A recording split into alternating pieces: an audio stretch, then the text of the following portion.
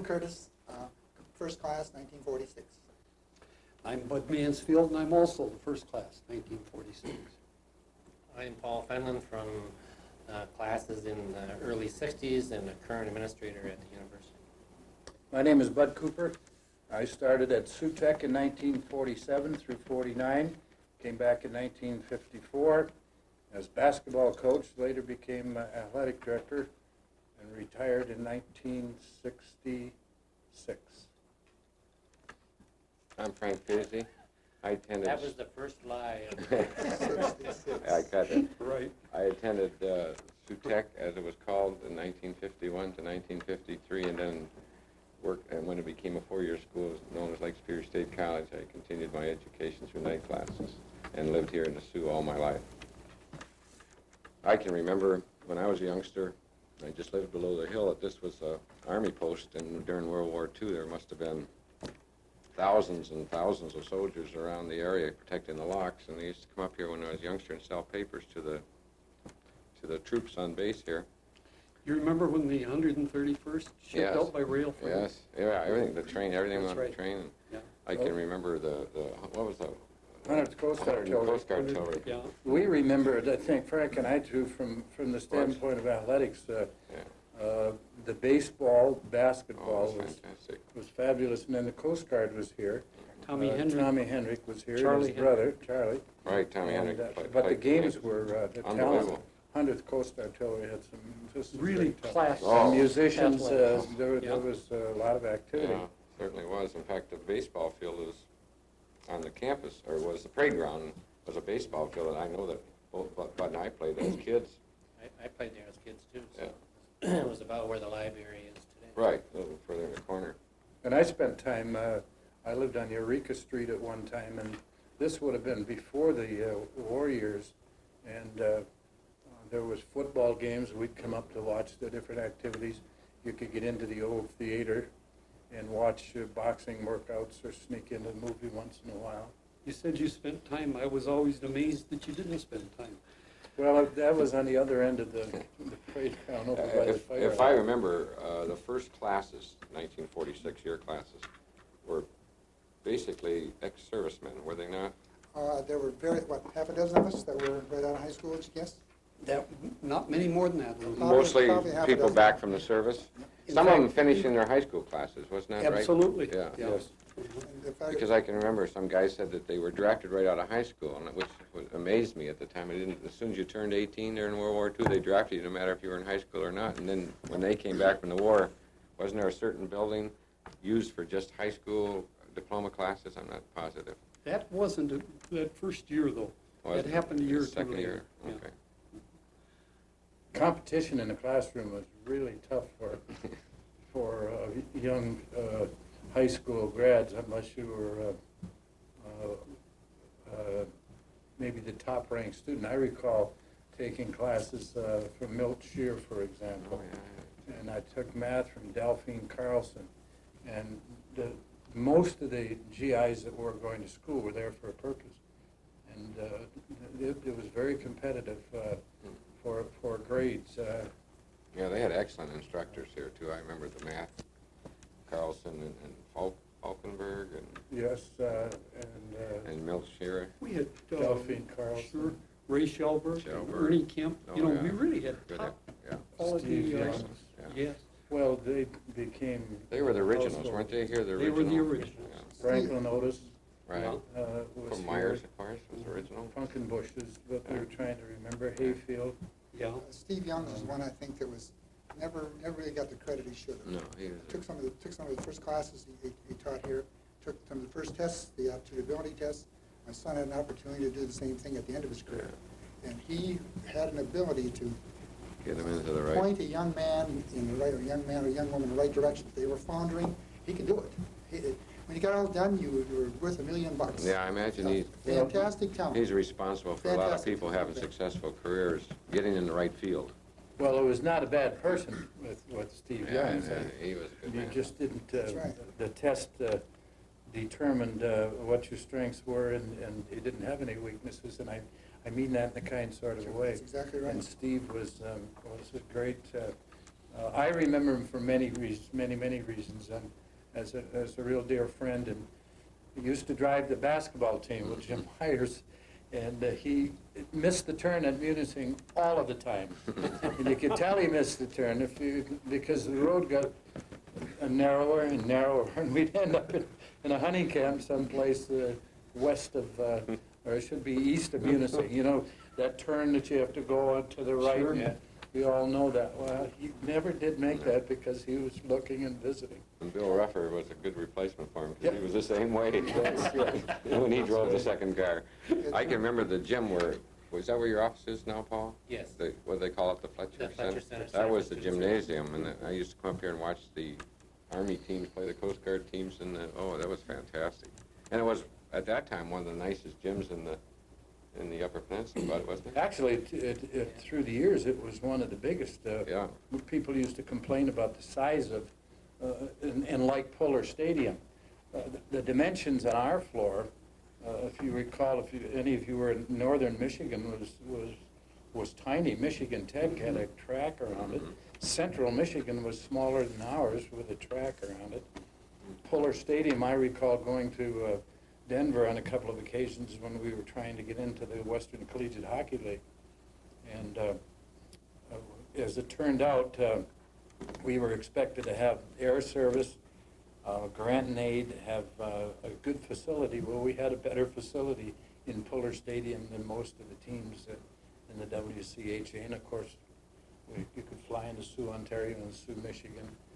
They just didn't want us at that particular time. They didn't Too want darn us. far away, bud. That's right. During the first few years of the university, of the college, there was football, wasn't there, the first 3-4 years? Yep, started in 1948. John Goodyear was the coach. John Goodyear, yeah. John lives in California now. He was an All-American at Marquette and he played for the Redskins a year or two. I remember him. One of the nicest people you ever want to meet, which Play- reminds did me. you play football here? Did you play Yes. athletic though? No, we practiced here and played at the athletic. Okay. Thought so. In those days, what used to be the Sioux Bears had a team, and they were called the Rockets. Kind of Eight independent Elfman team? sitters, Yeah. yes. And we played that team. There were a lot of locals on that. I think a lot first of people in the area ever realized that there was football here first. Of course, football was a pretty popular Yeah, sport. back in during those days. I think really that youth hockey hadn't gotten Probably. the toehold that it did in Probably. later years. And soccer, Yeah, and all the other baseball. sports. But But it was, most of the athletes, I could be wrong in this, but you can remember, the first few years, weren't they, most of the athletes, the basketball players and most of the football players, kind of I wouldn't say local, but Eastern UP orientated? well, there were quite a few, although that first year, we had a lot of downstate pre-engineering students. And as I looked, before I came, I looked at some pictures and some names, and I think we had a pretty decent enrollment from downstate. I guess Yet the basketball had- team was more heavily local. Yes, yes. Because I remember playing when I played, the starting five was all Sioux guys. 3 from Loretto, or 2 from Loretto, and 3 from Sioux High. In 1946, this branch was open as a branch, of course, at Michigan Tech, for that particular reason, to handle To the handle the overflow of the military. of the military. And in That was fact- the initial reasoning of it. Oh, It was going to be, I'm sure now, if memory serves me right, somebody told me it was just going to be a temporary thing until it settled into, I think that probably was As it true. started. But you know, there were millions, really, almost 10 million return Right. servicemen at that time. There was a real flood of them, and of course, they were, for the most part, they either did not want to return to their old jobs, or they felt that they were capable of something better. And then, of course, the government GI was Bill part of rights. this. GI Bill was, GI Bill, was really what Bill 5220 Tyree club. did. You know, the funniest thing about, not the funniest thing, the strangest thing about back in the 40s when the college opened, no Mackinac Bridge, no International Bridge. I can imagine those downstate students coming up for school or going back home and getting those lines at the straits. That first year, if I remember You'd correctly, remember that, Lou. I was planning on going to Houghton, of course. I remember getting a letter saying that, of course, no telephone, but we had a telephone there. Got a letter saying that I had the choice of going to either Houghton or here. We were all given a choice. And I had family here, and I could imagine in November, I could grab a rifle and head out in the bush. Of course, the distance too, the distance And would be. the distance, at that point, I Didn't make didn't it. even know how far away it was, Yeah, frankly. You know, I remember coming up, we didn't think about transportation. At that time, most of us came up by train or Greyhound. There were almost no cars on campus, if you remember. Right. After 1946, they hadn't made any since, well, they started making just that year. So you since take a the train war. and go around, No, we came straight north. Came across the ferry. the ferry. That's Your right, Waters that's or fine. St. Marie were That's right, servicing that's the, right, that's right. Straight. Remember, I arrived here at the due time, and we'd extended, I think it was October that first year, wasn't it? That's right, it was October. They kept when we stalling started. and stalling because they just weren't ready, and I remember arriving and getting here early in the morning in a train with a suitcase in one hand and a mail bag. What kind of classrooms, weren't they mostly Quonset hunts and No, No, right here in the ad building? The ad The ad building was the building had- primary I took more of mine. classroom, and then the old infirmary infirmary. was also a classroom where they had history and chemistry, geology. Chemistry was- and geology was down there. I took most of my classes in the ad building. And behind the ad building was the engineering building. The shops were over where Kennedy and his crew were. Right. Well, I took a class from Shear down that way. That was in the old, the Hospital of Yeah, Science building. The library was in that Yeah. little building. Mrs. Nevitt was. Mrs. over in Nevitt that, was- The only housing was the, Was Brady Hall. Brady Hall. Brady Not the first year, As I no. recall, yeah, No. I think Lou was telling me that South Hall was used as. South Hall was used. I say, I arrived early in the morning. I arrived, and they said, sorry, no space for you, we're not ready for you. So I got on the local jitney and went back to Gatesville and visited some of the family, came back the next day. And I remember they assigned me bunk number 100. Yeah, right across. That's, I think you call South Hall now? Right. And I remember at the time, the GIs just returned that they weren't mixed by anything. The mattresses were down in the basement.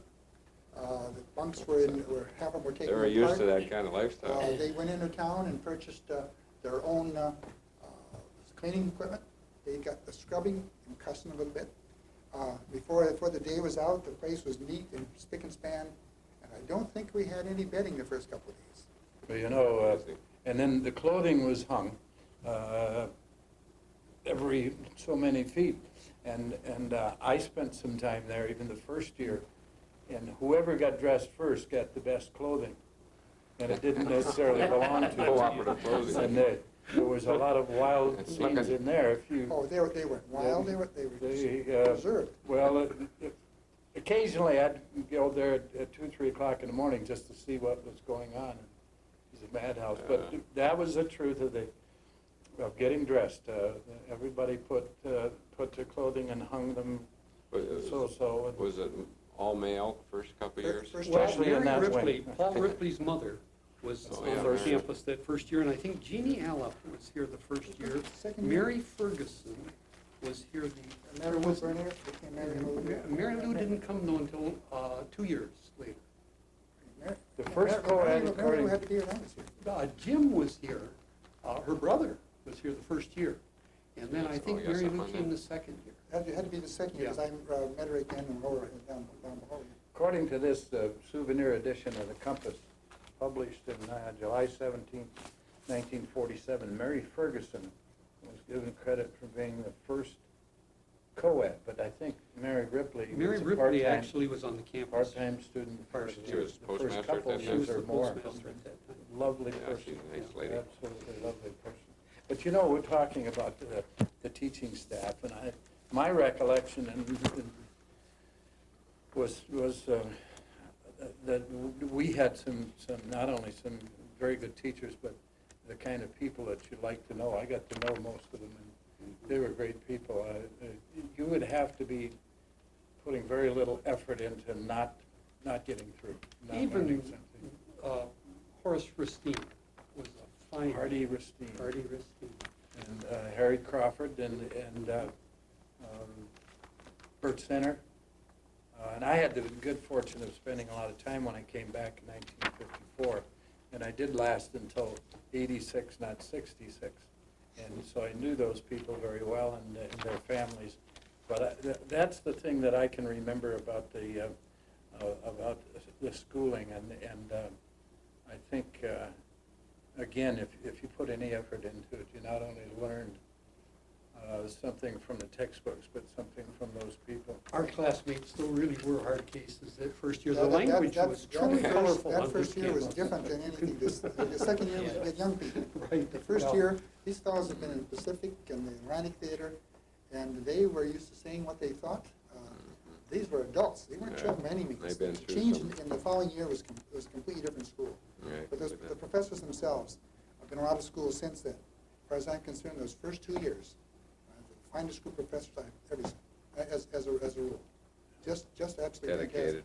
If you didn't show up, if you were having any difficulty, you didn't show up, they were on your case.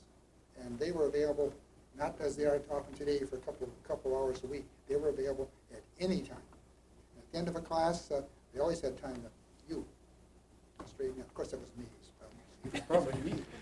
I thought it was interesting that most of the original teachers and instructors that came here stayed. Yes. Their whole life, I mean, right through their lifestyle, like some of the names that Bud mentioned, Schellberg and Center and Myers were most of his time, and then, As I understand, most of them were Ernie already at the Campbell. other campus, right? I mean, but they transferred from Houghton here? And, Yes. one of them, I don't know who was, said something about they were going to be here as individuals, not that the school was going to be temporary, but they were going to be here as a temporary situation and going back. And as you say, most of them stayed. What classes were offered the first 2 years? Was it mostly engineering? No, Orientated? there were a number of liberal arts Was there? classes. I think I mentioned to you that I think the liberal arts courses during the first year were actually operated under the direction of the University of Michigan. It was a whole separate entity, but nevertheless, it was kind of melded in with The 2-year engineer students generally transferred to Michigan Tech. Normally to Michigan In their Tech. third year. You would be involved in English. You'd take the math and biology were engineering courses. There wasn't anything watered down. If you wanted math, it would be Same courses, the engineering math. Geography with Milton Shear. History, we had world history. We had trying to think of economics. Steve Young's taught econ. There was just the first year or two, and then it expanded a sprinkling of what we call liberal arts, and then they kept expanding that into We had Ed Physics. Welton taught But math. was there much the first year, though? Didn't almost all of that come the second year? Well, certainly we had Mostly. advanced math the first Oh, year. no, we had the math we had, And but we the had, biology. Spanish was offered the first year. Dr. Beck started it out. And then he, for some reason or other, left in the middle of the year. And I think a professor's wife, Mrs. Moyer, you remember Mrs. Right. Moyer? She taught Spanish for the remainder of that year. Anybody have Mrs. Zing? She taught German. Taught German. Frank Merchant, did you? I had Vidal. Right, Dr. Vidal. He was a Spanish yeah. teacher, Right. He was wonderful right from person. Spain. And I remember he was so kind. When I came back in 1954, and he was here when I was a student, I met him. He lived next door. We lived on the campus. And he looked at me, and this was in early June, and he said, "Mr. Cooper, you've become so powerful." I think I'd put on a little weight, but he was very kind and used Very the term diplomatic. powerful. Do you remember Dr. Schaefer? Taught history. Evidently, that half a century is followed up just a bit. All I knew, I was a student, I lasted 2 days, and I headed into town. I didn't live, 100 bunk, 2 nights was enough. Well, Bud went to class a lot, too. What So did, I got to know what- the Suppose that teachers. did it, but. where did you eat at Brady Hall? It wasn't, 2 days here, and so then I wound up I met a fellow in the food line. He was looking for a room in town. I knew the town, so we went down into town, showed him around, and ran across, remember Helen Kent? Passed away just a few Yeah. months ago. And we arrived at the door, and she said, "I have room for 2." And so you he looked at me, I looked at him, I said, "Sure, why not?" And That's all I had to do with the campus. I was a student, period. I But you came on, didn't- studied, walked back Where was downtown. food served? Snack bar In the was, basement of Brady. Snack bar. snack the old bar was snack to the bar. right Yeah. side, and the food was to the Okay, I left kind of side. remember the snack Did bar we have down a there. snack bar the first year, though? You I know, miss no, it. we didn't really have a snack bar. We did have food services, but no snack bars. I remember correctly, you had 3 squares, period. Yeah. Lou, I remember you telling me a wonderful story about lighter fluid in Brady Hall. Oh, yeah. In any case, now, this was the second class, because the first group, we were serious students. If you're, and I presume it's the same, in South Hall, set up for the military originally, there was a main, 3 doors. The main room had wash basins. The room to the left, if I remember correctly, had shower stalls. The room to the right was a whole series of stools. In any case, typically there were very little in the way of facilities in the various classrooms, so at 5:15, this place was filled. And there was a groove just like this that ran from the hallway. The door was locked, but passed right from the stools, about that far from the stools. And these young students, not his first year folks, they poured lighter fluid right down the strip, right out the door. As soon as they were sure it was filled, they'd touch a match to it, and the flame would just roar right down. Nobody was hurt seriously, fortunately, but they'd roar right on down past the stools. There were screams and yells, and that started a war, of course, between one and another. That's what I remember, anyway. Did you know that I started a business that was connected with the college? Maybe you remember it, Frank.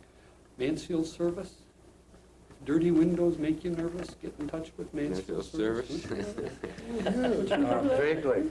You haven't changed How long much, did have it- you? You No, haven't changed much. actually, I was kind of an enterprising young man, and at the end of the first year, you know, I really didn't have all the money that all the GIs had. The government wasn't giving me my sustenance, so I started this business, hired 11 of the students, and we Yeah. went to work preparing the remainder of the buildings up here Oh. for the college in the Sounds like second that could year. have been a real pain.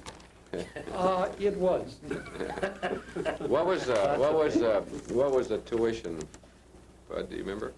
Oh, golly, if I... Maybe less than $100. and we paid- Oh, it was way less than $100. It was about, no, it wasn't either. It was about $330 a year. That was Yeah. tuition, Tuition, not room and board? not room and board. See, that's- I think that probably was even less than that, but because I know in So it's less 19 than- I think it's like- like- in 1960, it was $67.50 a term for all the courses you could take, For 3 terms. for 3 terms, so that's. Well, Yeah, so it had to have been. I wonder if that was I'm trying to room think of- and board. I'll bet it was. Wasn't around Yeah.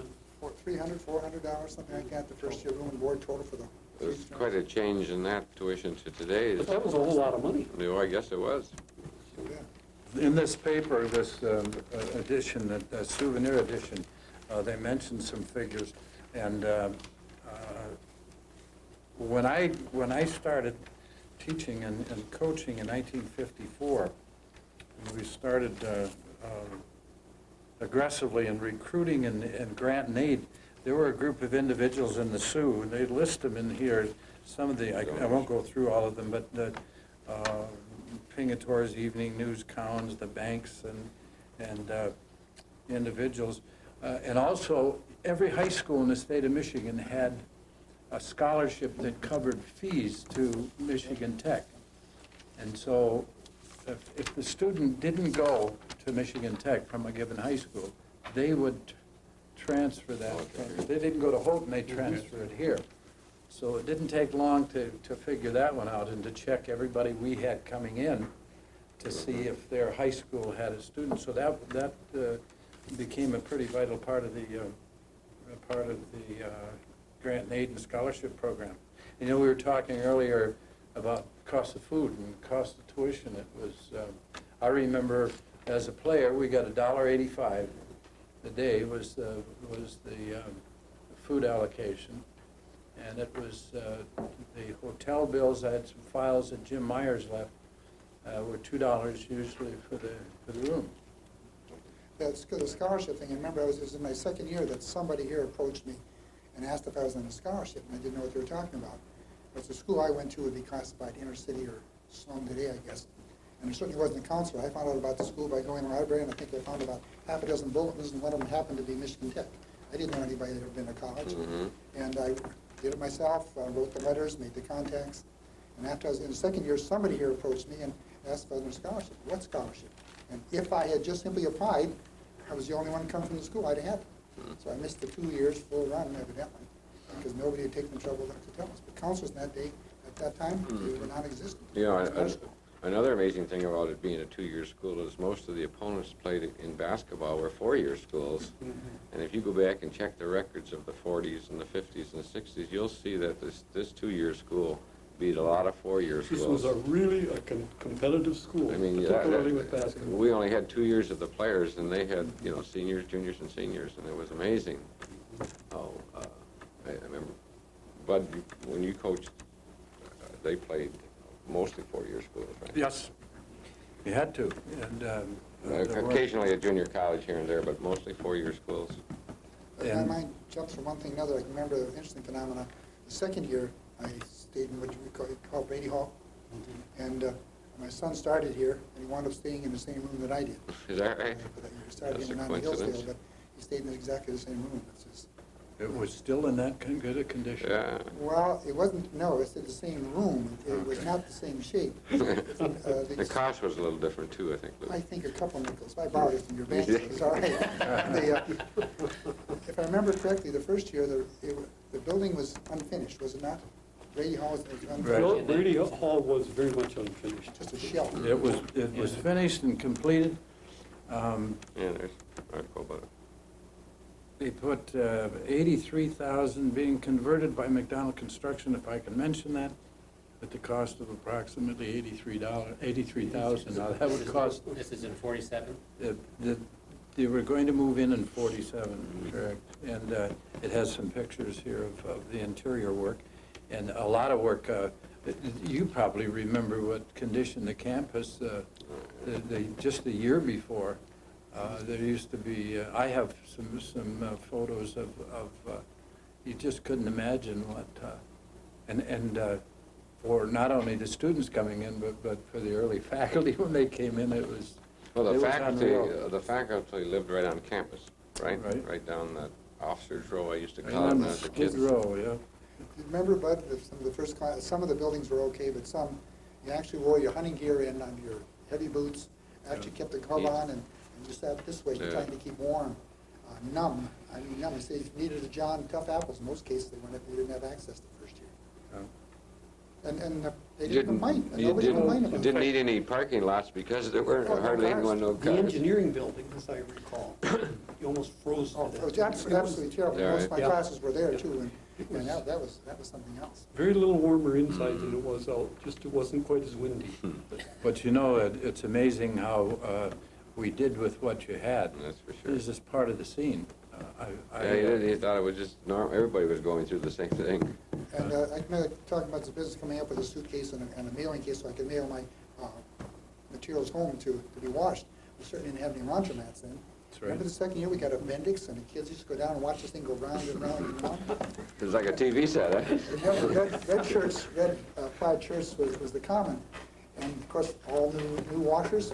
We thought that was television. Yeah, right. No wonder we wasted so much time. Remember, everybody for several months was all wearing pink, you threw everything together, and the whole Who campus was was pink. first chancellor? Was it Russell? The one? No, He was Ristine. second. He was second? Yeah, Hardy Ristine was the Well, first. Russell was when I came. Chester Russell. I think Ristine only lasted maybe One year. possibly. Were they assigned by Michigan Tech mostly? Were they kind of, Yes. I Yes. think so. They kind were of, administrators from. Yeah, Michigan the Board of Control of Michigan Tech kind of, would meet down here at least once a year. I think it was just once. And, was there a SUTEC advisory board or something like that? yes. Yes, in fact, your dad was on it. Yeah, I think in Jimmy the Fenlon was- mid-50s Just that had their own to late 60s for about 20 years. My dad served as the local representative on the Michigan Tech Board. During those formative years, was there ever any talk about closing it as there was later on? Oh, sure. I think it lived on the knife's edge All the for time. Right from the 20 beginning, years. yeah. Depending on who was in, Yeah, and I who was seen in the how- driver's seat and the governor's seat and who was controlling. I don't think anyone ever realized how important the GI Bill was to education, Right. how much money it really pumped into it, and how many people It brought were to- brought. Who might not have went to higher college. education, and that's Yeah. when really higher ed really started to be built. Right.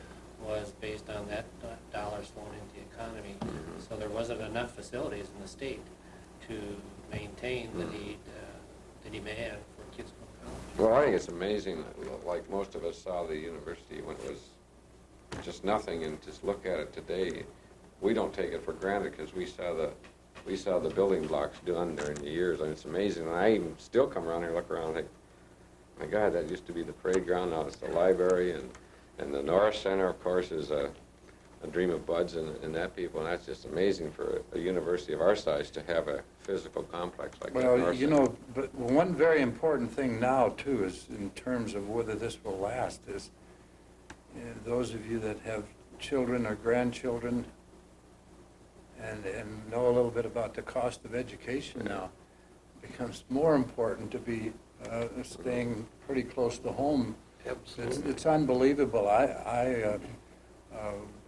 I've been retired 10 years and am aware of the costs now in scholarships and so on, and it's just unbelievable. So that it's not going to lose that advantage for area students to stay here. I remember, too, that as we've grown, so has our curriculum and our students. In my particular case, our oldest attended school here, then finished at Michigan State and had a degree in public health and through Steve Young's guidance at Michigan. And we have a son who finished a 4-year program here in BioSci and is a dentist, finished at Michigan. Another son who attended here and finished at Western. The point I'm making is that they received an excellent education, tested very well, and the national test, for example, prior to entering dental school and so on. And so we've done through the years a good job in continuing that quality of teaching and programs, and it's been proven. I think our nursing program is done very well in testing. Impossible to measure the economic impact that this place has had on the community in the 50 years it's existed. For 21 straight years, we had at least one youngster attending this. So, Yeah, that's and as many as 4. Still holds the record. Is your family up on, and have you bud? All of them attended Amazing. Lake Superior State. Now, some of them received their degrees from other colleges. But, I don't know they about you people, but whenever I see a Lake Superior alumnus be successful in whatever field it is, it kind of gives you a great feeling inside. I mean, I don't care if it's sports or medicine or just, I don't know, how many alumni are there, Paul? Approximately. There's about 21,000 alumni about.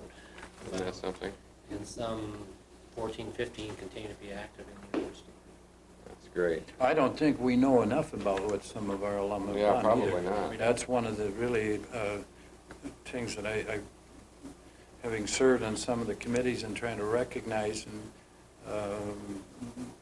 achievements, I wish there was a way that we could get, we lose so many.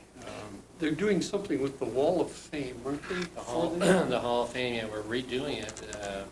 They've taken all those pictures that have been up there for so many years that we've recognized over the years. They're taking, redoing that picture with a little plaque indicating why they were honored and a little few statements about what they've done in their life. So it'll be redone here as part of the reunion, and It'll be in the same place. in the same place, right?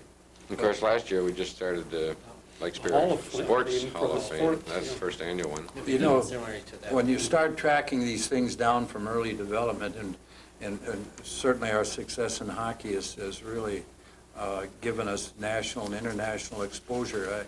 I've heard from so many people about that. Bob Shelbert, who was a retired 3-star general and former student and so on, was in the officers club in Portugal the first year, and somebody turned the TV on, and just as we scored the winning goal, and you hear that, we all hear that kind of thing. But not only from the standpoint of athletics, but when you hear good reports, I think it's not too long ago that I think all of the nursing graduates passed the state boards. We've had our criminal justice program, our engineering programs. So it isn't just we're not a hockey school, or we're not an athletic school, or we're not whatever. We produce some really good people in those various fields. Question about it. And we've just started. Yeah. I have a grandson starting here That's this year. something. I Hard can to believe years. that. 50 years ago. 50 years. Quarter the age of the nation. That's Yeah. something. Scary. I thought at one time that when I was a little younger, when I read about 50-year reunion, I thought, holy Those people in mackerel. wheelchairs. But I Change your mind a little bit? I realized there. Did you ever think what a privilege it was to be able to attend school on a small campus like this? Where we all knew everybody Yes. else. We all knew the professor. Right. We had relatively small classes. All the There was students. a feeling of safety and security that you could never get on one of the major campuses. And that has held true for a long time. But during the years that we were recruiting out of the old gym, then that was a tough Oh, I job. guess so. When we started hockey, Puller was a nice stadium, as I mentioned before. So a lot of the players that were recruiting, that was really nice. As a matter of fact, when we first opened the Norris Center, and even at Puller, when our players saw the visiting dressing room, they couldn't believe it. You know, apparently in hockey, well, as we know, We got the the visiting dungeon. quarters were dungeons or, you know, bad. But we've had, through the years, a real development in our facilities, obviously, too. It's been Amazing. revelation. And what, your comment about the financial impact that it's had here, it's, Think of all the parents that have, over the years, have visited their children here on a weekend or something. Maybe the only time they ever would have come to Sault Ste. Marie or Eastern UP. But, and I also think about what somebody else said, that I wonder how many people would have gone to college or finished and got their degree from this area if there wasn't the university here. I doubt it. I bet it'd can be- mark one that I know way. I wouldn't have been able to afford to go anyplace else. I think locally as well as the Northern Canadian market. And the Canadians, of course. How important they've been to them, Yeah. and how important they've been to us in the development. Mhm. Well, it wasn't economically feasible for a lot of families. That's what I meant. I mean, it was just, It just, changing the subject a little, you'll remember Lawrence Fuchek. Oh, absolutely. There's an article in this edition about that he was the top student, 96.7 average in liberal arts. but isn't he a winner of the He is. alumnus of the year or something, or, A number of years ago, yeah? going way back. Larry was a real Was he from, brain. originally, Sue? Oh, yeah, yes. Came from a large family. His father, John Fuchik. He had a number of brothers, a couple of sisters. Real fine family. No, you knew, you're right, you did know every professor and Sure. his family, and you knew most of the students. Well, as a matter of fact, and then as a faculty member, even students were invited. At Christmas time, they decorated the campus, and that was always, there's a picture, I think, out in the hall at Sisler Building that shows some of that. And that's the kind of thing that made the place tick. Everybody got involved, and all the lampposts had wreaths on them, and the various buildings were decorated. I remember one time when. Didn't they have any wanted television. The lights, in the Lions Club or something come up, and they had a volunteer from downtown to come up and put the lights around the campus or something. They could very well have Remember had. that? Remember That wasn't that? after the first couple of years. Yeah, this We was just in had gas lights. Yeah, this was in the 56. When did it become a four-year school again, Paul? 1966. 66. So the first 20 years it was Sault, and the last 30 years it's been college and College university. in 1987, I believe it was, when they had College, universities. university. So the first 20 years it was Sault. I was from 46 to 66. It was always the two. It's always interesting to me is that those first 20 years, a lot of our alumni, most active alumni, come from that period. Even though they got their degrees elsewhere, and probably hear from other universities. Right. That's nice. That's nice to hear that. Shows the advantage of having small groups get together and get to know each other, and then for years and years, you remain good friends. Are you anticipating a large crowd at the Oh, we certainly hope so. 50-year reunion? This is our first real big event to be held in the summer, and to figure out whether summer's a good timing for for that type of event, this will be our first shot. Is there many coming from, do you know, from your classes? I've been Possibly calling, one. I've been calling a number of people. Possibly one. Vince Capter, your roommate. Vince Capter is coming. Is he coming? Well, I presume he is. Last time I talked to him, he said he thought he would. So, Hard to Well- keep track of those people. You didn't have records back in No, those days? yeah, we do. Always has been hard to keep track of alumni as they change, but it's, we know where 14,000 of the 22 are. Alright.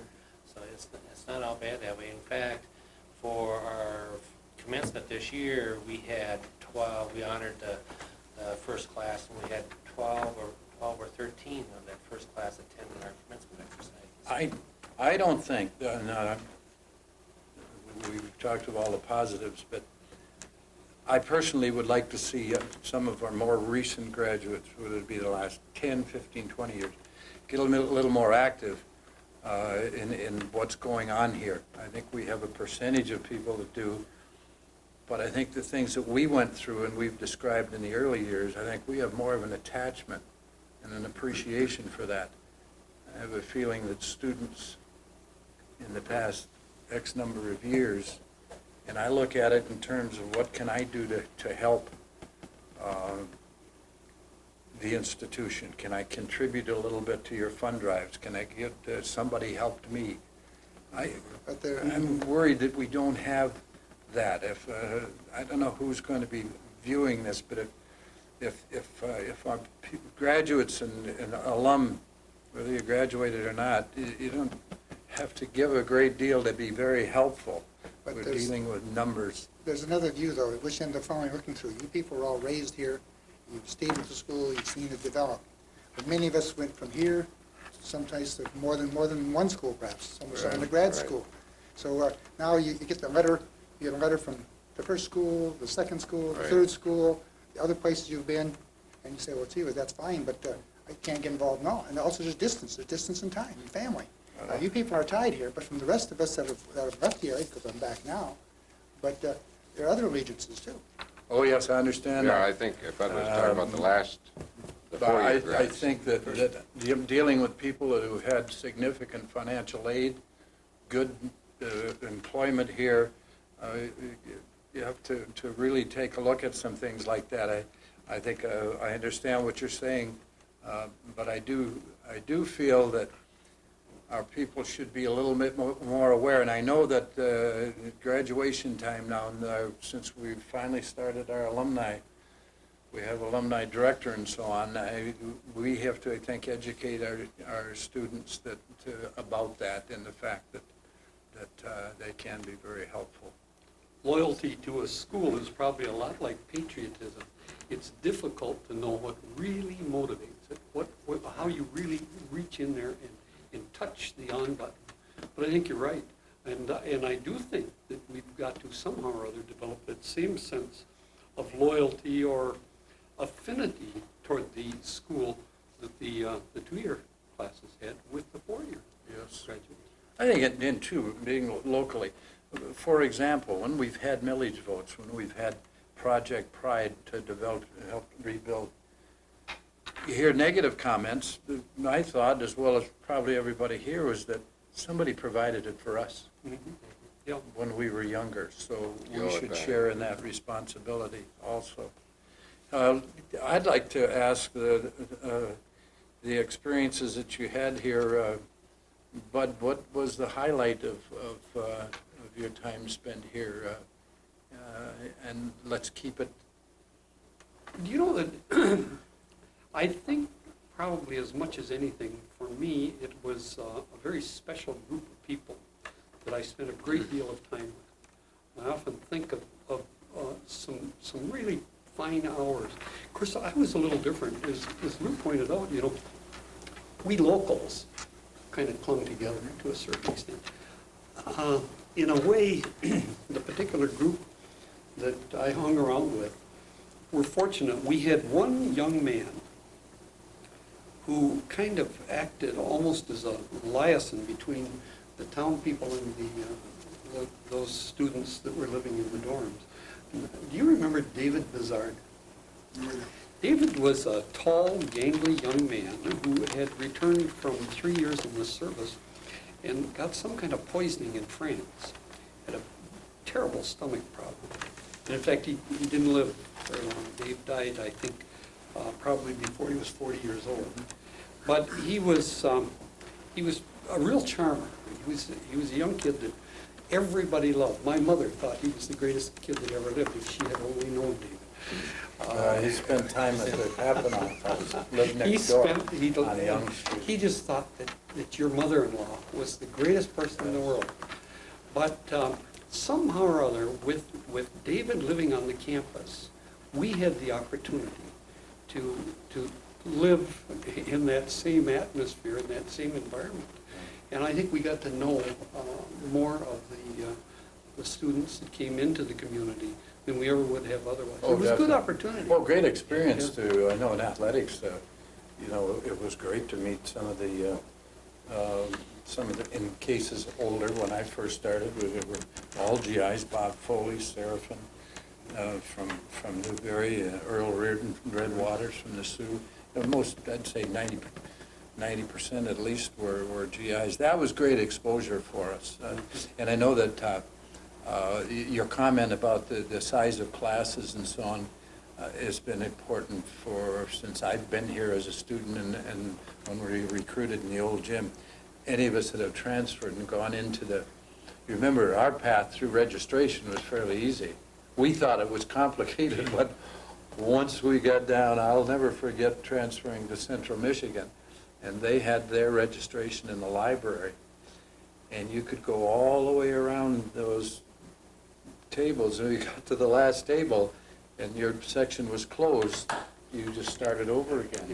That could take forever to do that. And I remember getting to the last table, and the man who was head of the history department was going like this, and oh no, but he had a twitch, and so he signed my slip and we got started. But there are many pluses that we had. It was a good time. In fact, of course, you know Paul Ripley was also in that original class. And Paul had a 1937 Cadillac Coupe. Of course, it was an antique at that time. Great big old monster car. And I really wouldn't want to say this where Paul could hear me, but in those days, he was not the world's best driver. No, I can vouch for that. And You probably had the only car on campus, did He he? had just about the only car on campus. He parked it over in front of South Hall one day unintentionally on top of about a 20-foot snowbank. Wait till spring before he got it back? Yeah, we couldn't get it done.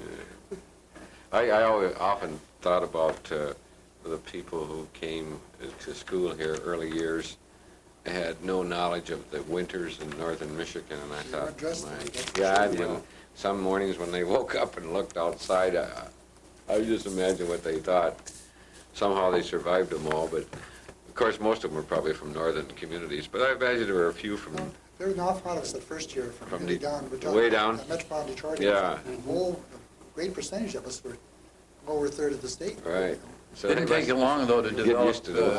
I've been up here many times before. proper with my family. footwear and Yeah. clothing. Yeah, this wasn't a fashion No, place at all. I can think imagine. you'd I have can to- remember. I can remember some of those The GIs dress that'd be code 20 was- below out and they'd have T-shirts on.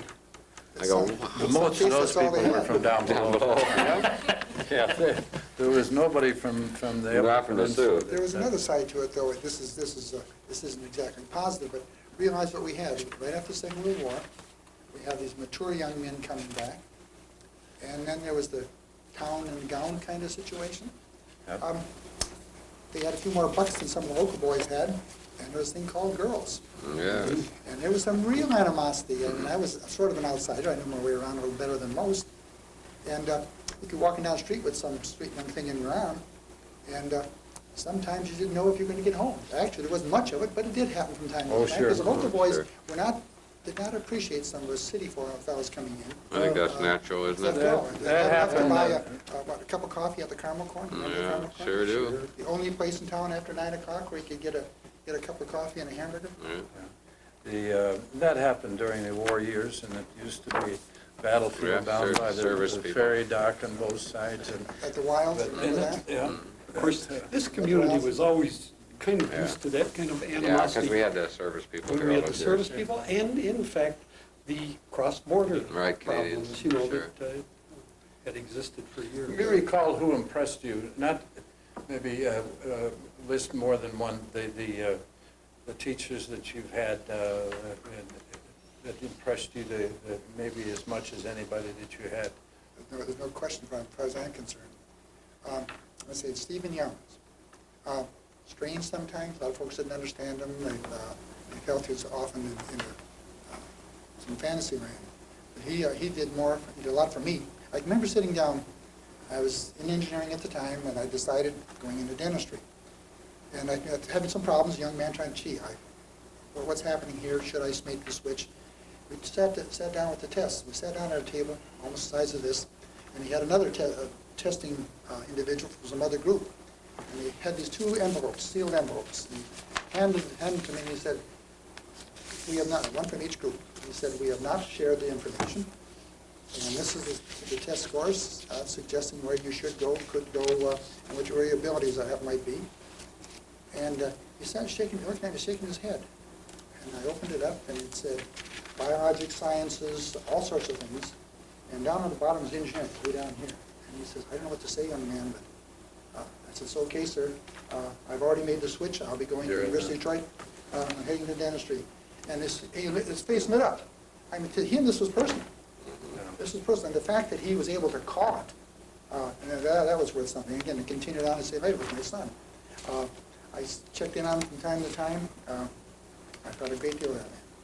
He was absolutely and totally phenomenal. He's helped an awful lot of folks. Great human being. Well, he went into business in testing after he finished here, and he was worldwide, spent time and you know, reminiscing about that. He was one of those people that would stop you any place and want to visit, and often was sorry after a period of time because it seemed like I was always hurrying back to the gym or hurrying someplace, and Steve just Wanted to talk. was so nice all the time and wanted to talk. Ray Shelberg was phenomenal. Well, he won the Outstanding Teachers Award at Michigan Tech at Houghton when he was here. That's how much they thought of him. He could teach. He could teach chemistry too. Ernie Kemp. And the Ernie Kemp was Taught phenomenal. the world of all my life. Yeah. And again, comparing him with other people, and comparing those first 2 years, and again emphasizing your point about the smallness and so on.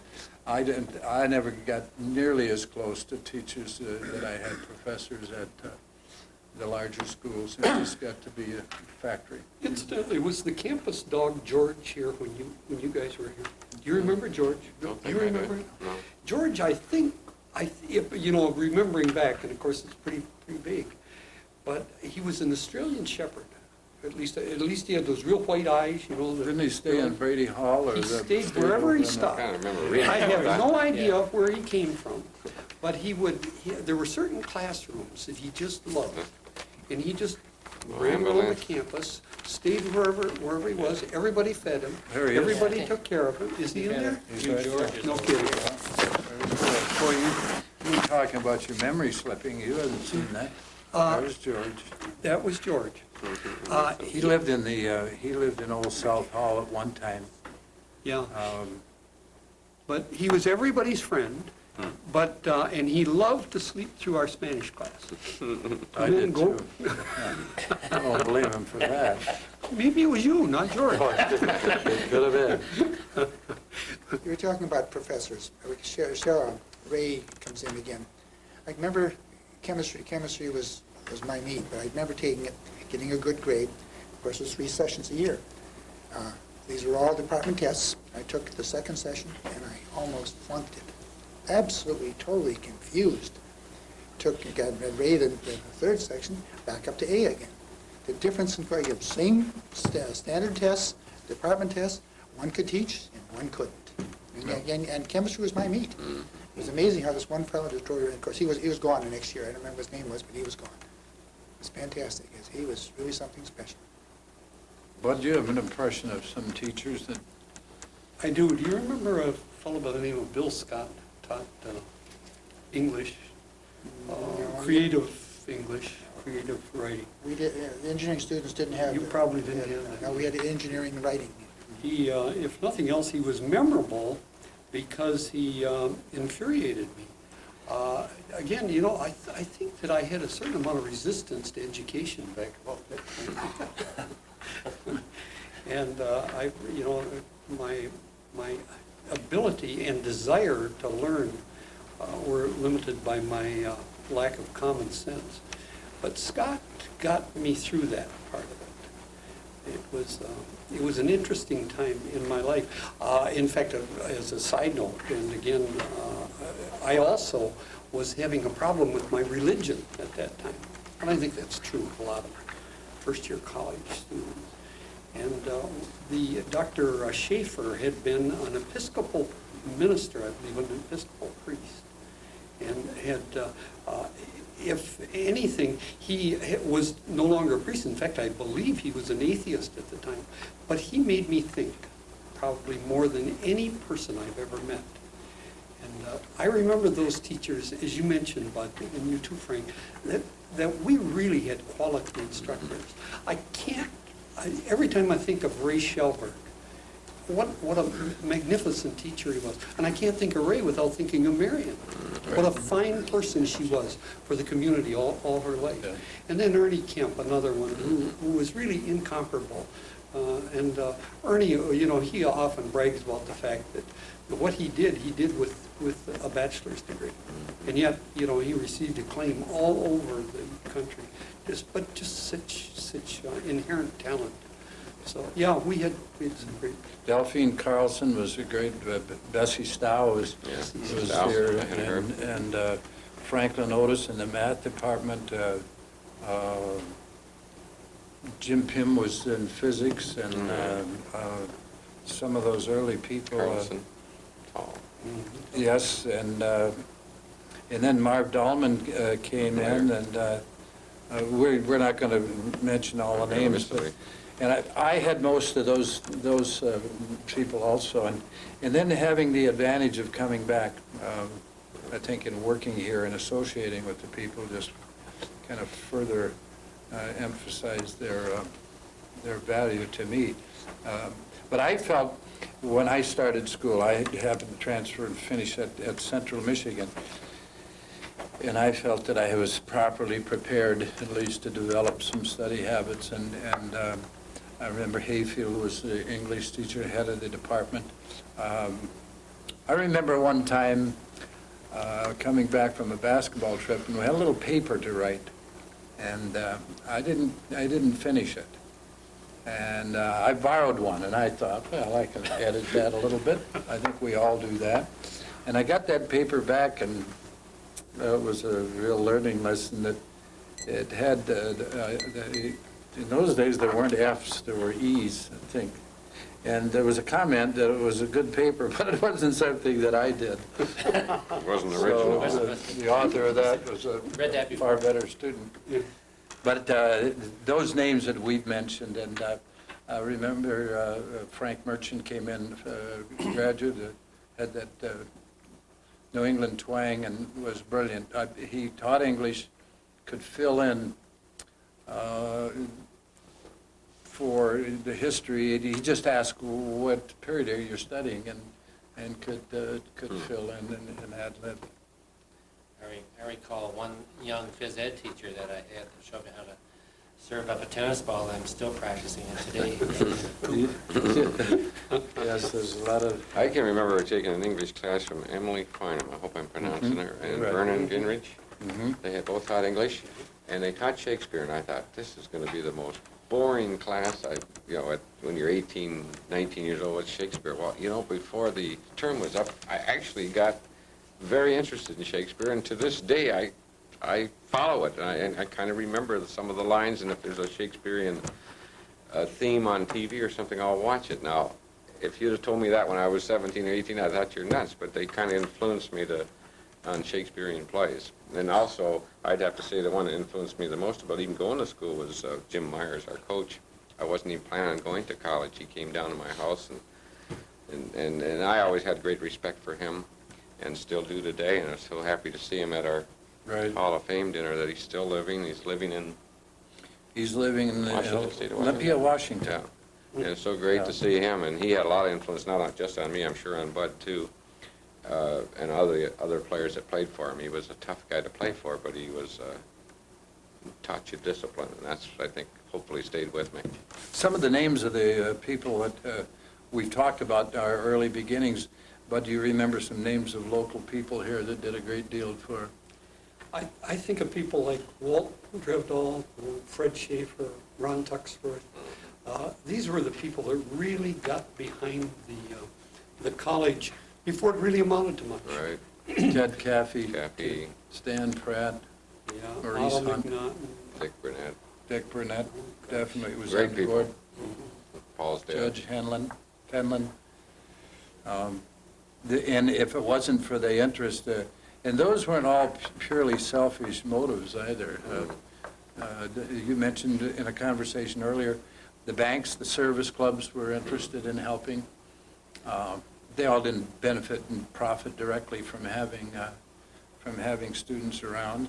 Although in the early years, the bar owners, I always thought would contribute more than they The did. people at the Belvedere. Can you We may imagine? have kept them going, but they kept us going. Some of the people we mentioned, are no longer with us. Can you imagine how they'd see the campus today as what they saw when they were businessmen in the early or middle 40s looking up at, could they believe what's here today? There's so many people to thank to have the university growth. I talk about they first called them, it wasn't the president of the college, they were called They were chancellors. Chancellors. Yes. Russell, Harry Crawford. Christine Christine Russell, was the first. Crawford. Did Dr. Schuldeis come after Crawford? yes.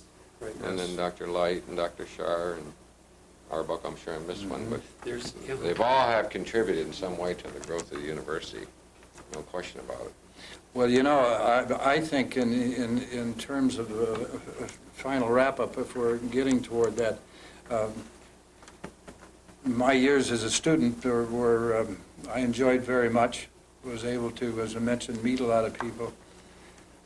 But I was most happy to have the opportunity to come back here and be on the ground floor of the development. I'd been looking at some notes of the growth with the Norris Center. We went through the NAIA process, the NCAA, the Great Lakes Conference was started, CCHA, the Development of Women's Program, and the whole planning for these activities. Again, a lot of local people came into play to help us with those projects. They have in our fundraising for Sisler and the Norris Center and any number of other things. And so it's been a very pleasant experience for me. This is probably a university that has been developed as much, or perhaps even more, on the town as it has been on the alumni. I think really, in many instances, a major support of the graduates. But I think in Sault Ste. Marie, it possibly has been more on the town itself. I think so. It's really been an essential part of it. I think you'd be amazed at how many Lake Superior grads are still living in our area and living in the Sioux. There's 4,000 alumni in the Eastern UP. 4,000? But if we would make an appeal, if people, Yeah, they look at this tape, to get more involved. It's amazing. It's like our high school reunions. The poorest attendance comes from locals. Maybe that's because we see one another once in a while and they don't care to get involved. And I suppose we have to expect the fact that that'll happen. It happens anyway. People just get disinterested. But I just hope there'd be more involvement with people in the area. There has been a great relationship between the university and the city, though. I mean, there are moments and bumps along the road, Right. but most of the time, I can't think of anyone I know that isn't proud of the university and its growth and what it's done today. I can't think of one. You might not like something about it, but when you look at the enrollment, which is now, what, Paul? 35. 3,500 to the beginning of 1946, 402, what'd you say, 277. 277? That's quite a Quite a change. change.